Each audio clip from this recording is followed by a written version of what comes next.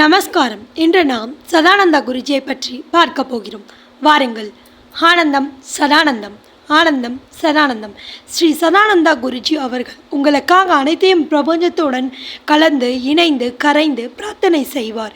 நீங்கள் உங்கள் வாழ்வில் என்னென்ன தேவைகளோ அதெல்லாம் பூர்த்தி பெறும்படியாக அவர் பிரபஞ்சத்துடன் பேசி உங்கள் தேவைகளை பூர்த்தி செய்வாராக.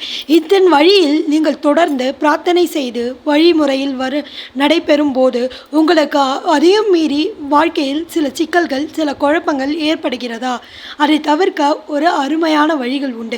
நம் ஸ்ரீ சதானந்தா குருஜி அவர்கள் வணங்கும் ஒரு தெய்வமாக இருக்கிறது ஸ்ரீ பரசுராமர். அவரை நீங்களும் வணங்கி வாருங்கள்.